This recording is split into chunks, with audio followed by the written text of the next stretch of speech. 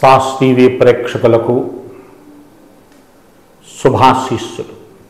నేటి అంశము శనిగ్రహ నివారణ.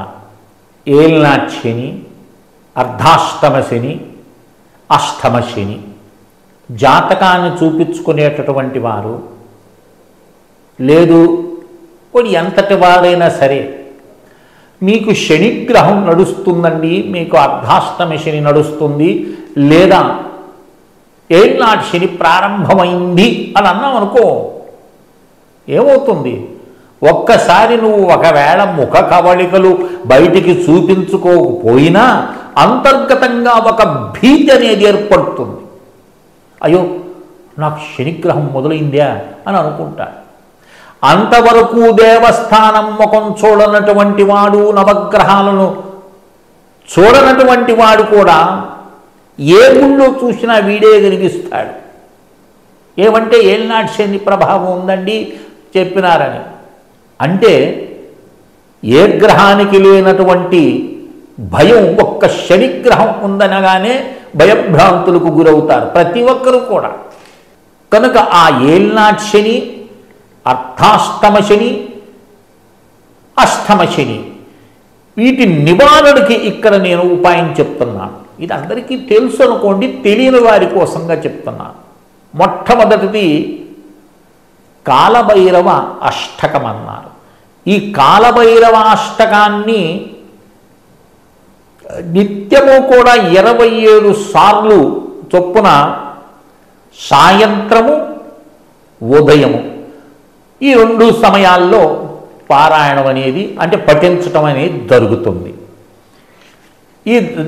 ఈ పారాయణం చేసేటప్పుడు ఏం చేస్తారంటే గోధుమ పిండితో చేసినటువంటి చపాతీలు ఉంటాయి కదండి, వాటిని నివేదన చేసి కాలభైరవుడికి కుక్కలకు వేస్తారు. అప్పుడు గ్రహం యొక్క ఉద్రిక్తత తగ్గుతుంది.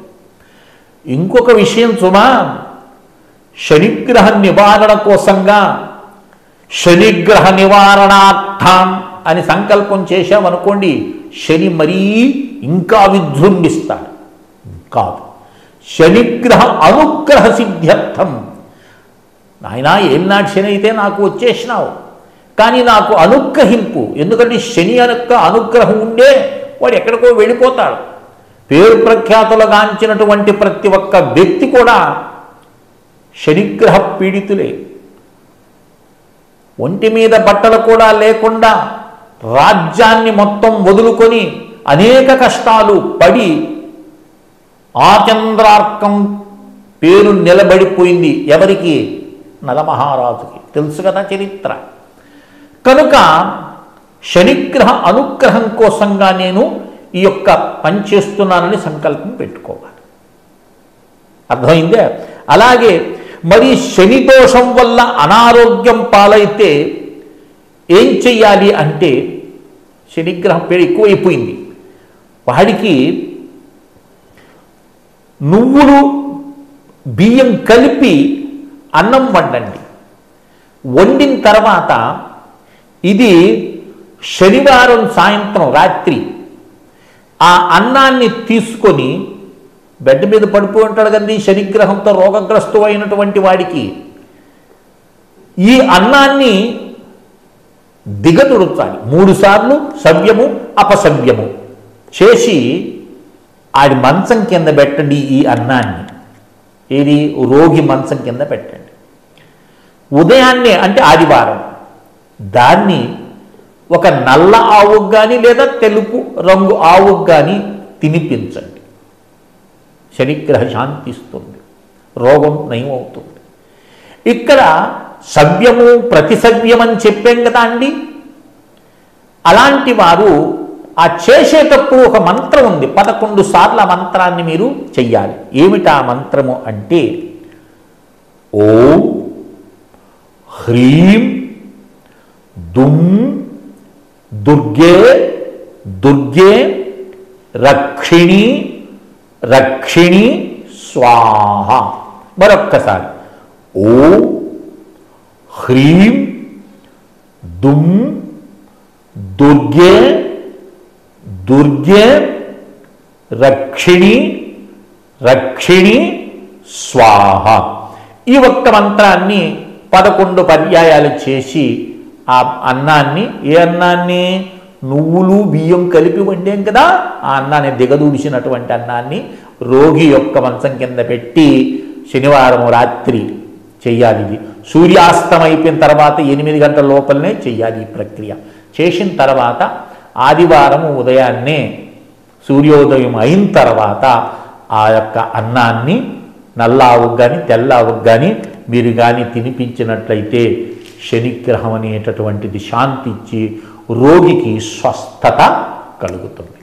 కనుక ఇది ఒక ప్రక్రియ. లేదండి ఇంకా శనిగ్రహం తీవ్రంగా ఉందనుకోండి, ఒక నల్ల ఆవుకు కానీ తెల్ల ఆవుకు కానీ 8 శనివారాలు, 8 శనివారాలు పచ్చగడ్డి. మహాభారతం అనుశాసక పర్వంలో గోవు యొక్క సేవ యొక్క అద్భుతమైన వర్ణన ఉంది. గోవికి పచ్చగడ్డి తినిపించామనుకో సమస్తమైనటువంటి దేవతలు సంతోషిస్తారు. అలాగే తోటకూర, ఇక వంకాయలు, అలాగే తౌడు, నల్ల ద్రాక్ష, నల్ల నువ్వులు, ఇవన్నీ కలుపుకొని 8 శనివారాలు ఆవుకి తినిపించండి. అర్థమవుతుంది కదా ఏమేమిటి? పచ్చగడ్డి, తోటకూర, వంకాయలు, అలాగే తౌడు, నల్ల ద్రాక్ష, నల్ల నువ్వులు అన్ని తౌడులో కలిపేయండి అన్నిటినీ. ఆ మిశ్రమాన్ని ఆవుకు తినిపించండి శనివారం రోజు. 8 శనివారాలు ఇలా చేసినట్లయితే మీకు ఆ ఏళ్ళనాటి శని ప్రభావం తగ్గుతుంది. ఇక ఆవుకు తినిపిస్తాం కదండి, ఆ తినిపించేటప్పుడు పూర్తిగా అది తింటూ ఉంటుంది. ఒక తట్లో పెట్టం కదా, తింటూ ఉంటుంది. 3 ప్రదక్షిణాలు గోవుకి చెయ్యాలి. ఆ మంత్రాన్ని కూడా రాసుకోండి. ఓం దేవలోక సురభియై నమః. ఓం దేవలోక సురభియై నమః. ఈ మంత్రాన్ని చేస్తూ గోవుకి ప్రదక్షిణ చేయండి గోవు తినే లోపం. అర్థమవుతుంది కదా.